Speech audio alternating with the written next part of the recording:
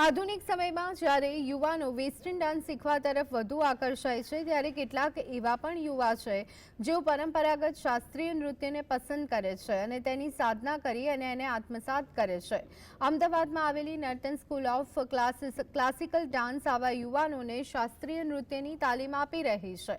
આ સંસ્થામાં 7 વર્ષની સઘન તાલીમ બાદ 4 વિદ્યાર્થીનીઓ જિજ્ઞા, સ્વરા, વેદિકા અને આહના ભરતનાટ્યમમાં પારંગત બની છે. તેમની આ સિદ્ધિને ઉજવવા માટે એક દીક્ષાંત સમારંભનું આયોજન કરવામાં આવ્યું હતું. આ ભરતનાટ્યમની સુંદર રજૂઆત કરી, જેના દ્વારા ભારતીય સંસ્કૃતિની ઝાંખી અને સમૃદ્ધિને ઉજાગર કરવાનો પ્રયાસ કર્યો. ભરતનાટ્યમ જ શીખ્યું છે. મેં ક્યારેય વેસ્ટર્ન નથી શીખ્યું. મારી મમ્મીએ પહેલેથી જ મને ક્લાસિકલ ડાન્સ શીખવાડવા પ્રત્યે જ વધારે કર્યું છે, ફોર્સ કર્યો છે. અને વેસ્ટર્ન કલ્ચર આઈ નો બહુ ઇન્ડિયામાં વધી રહ્યું છે, but we as a young generation બહુ જ ટ્રાય કરીએ છીએ કે અમે શીખીએ, અમે જાળવીને રાખીએ અને નેક્સ્ટ જનરેશનને પાસ ઓન કરી શકીએ.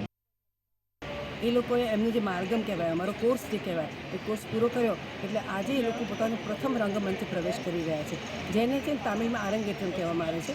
અમે એને દીક્ષાંત સમારોહ એટલા માટે કહીએ છીએ કારણ કે અહીંયા એમની પરીક્ષા લેવામાં આવે છે અને અહીંયા 4 જણા કરે છે. એને કારણે એક ગ્રુપ પ્રેઝન્ટેશન થાય છે, એ પણ કોરિયોગ્રાફી એ લોકો શીખે છે અને આપણા ગુજરાતના ઓડિયન્સને ગમે એવી નૃત્યકૃતિઓ તૈયાર કરાવવામાં આવી છે.